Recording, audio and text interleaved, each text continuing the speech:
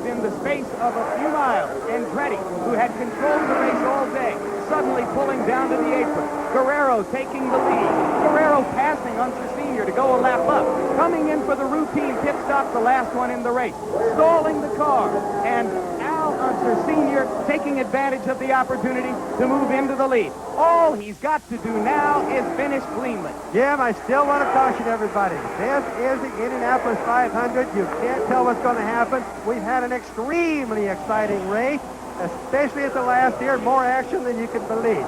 But Al is on the defensive. He must keep everything together, but he can do it. He could have had even more than 4 wins. He was second in 1983. There's Mario finally coming back out into the race. He's going to finish it, perhaps, but only as an also-ran today.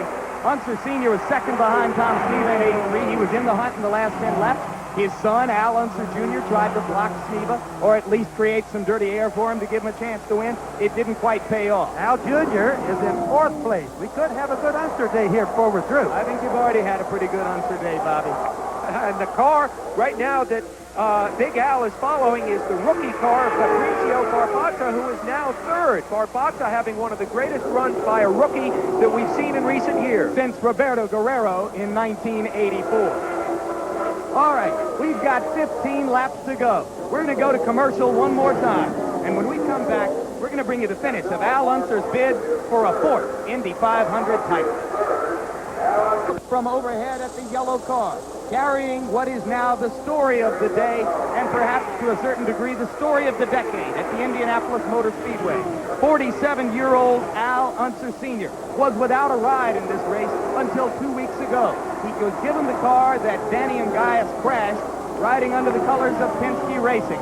And now, Al Unser Sr. is in position to win a 4th Indianapolis 500 title, which would tie him with A.J. Foyt as the only 2 men ever to accomplish that. Let's go now with Al Troutwig. Jim, it's quite a scene down here in the Al Unser Sr. pit. Rick Mears and Danny Sullivan out of the race. That looks strange enough, but they're all trying to help Roger Penske get the attention of USAC to blue flag car number 12, the car of Barbazza.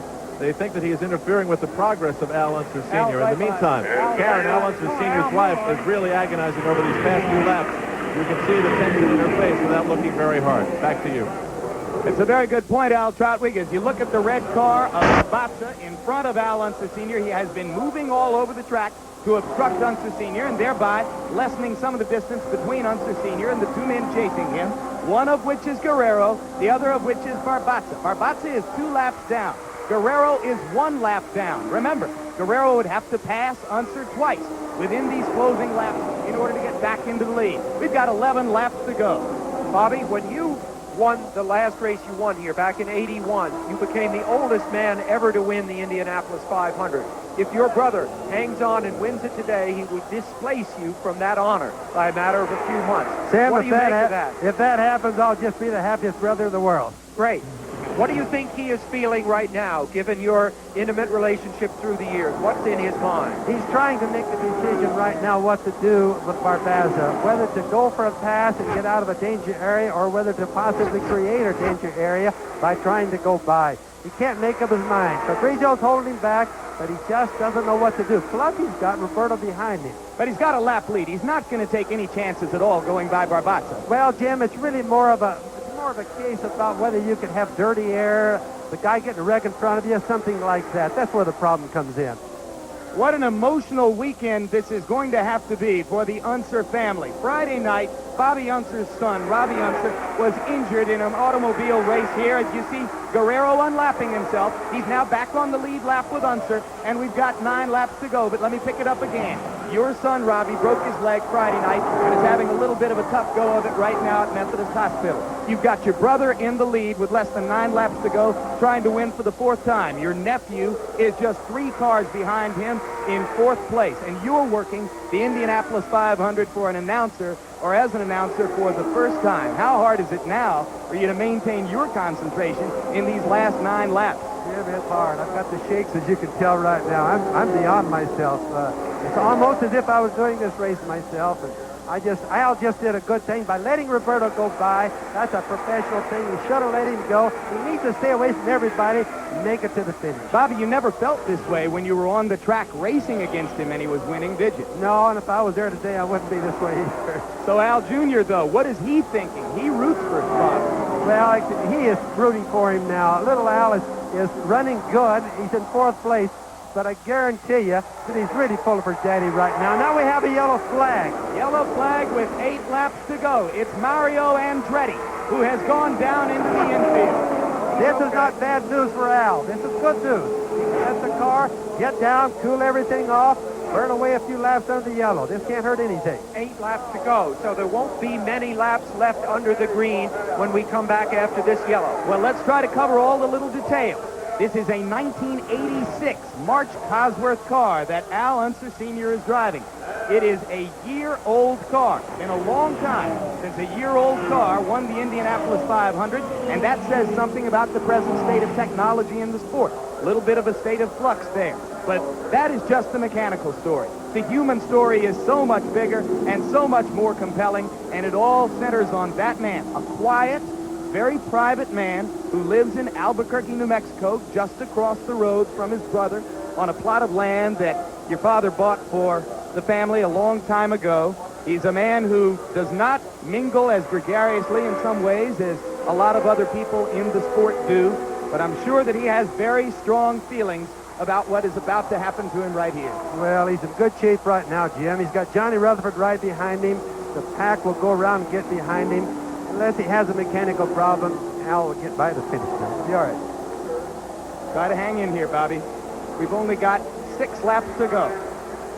You know, it's just 2 weeks ago that Al Unser was riding his bike around the garage area here, still hoping for a ride. The only ride he had was a small 2-wheel bike.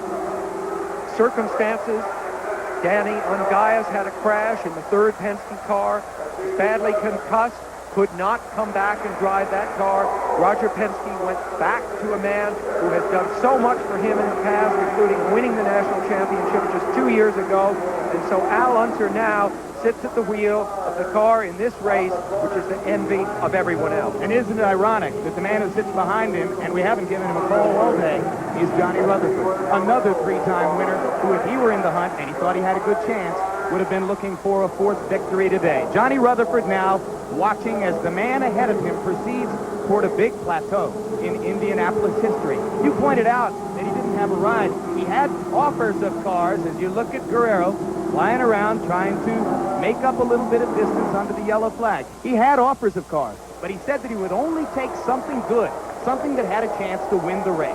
Well, and there aren't very many cars he could have picked from. Most of the cars were gone, and it's because of Danny Ungaius' accident that opened this ride up for Al, Jim, and he was very thankful for that, but he felt sorry for Danny. Of course, it was a head injury. Otherwise, Danny would have been in this car. Of course, when he won the championship, I say the IndyCar World Series Racing Championship a couple of years ago, that was an opportunity which was opened up to him by an injury to Rick Mears. And he went out of his way to honor Mears for that by seeing to it that Mears carried the number 1 the following year. Yes, he did. And Al could, ironically, be the national champion again this year.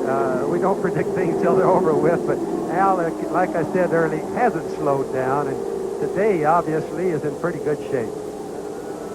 Al is not a fast qualifier. In 22 Indy 500s, he's been on the front row only 3 times, but he's won 3 times and finished second 3 times. Now, I mentioned earlier, I said 6 laps to go. I was 1 lap ahead of myself, but now there are 5 laps to go.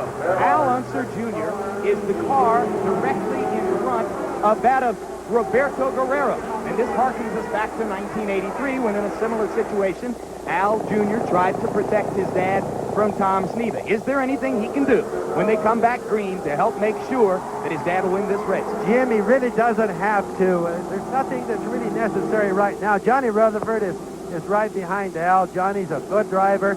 Johnny knows what the situation is. There's nothing to go for.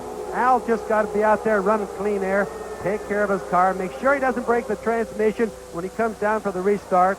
Little things like that are important, you know. There's little Al, and you can see he's just a few cars behind Al Sr.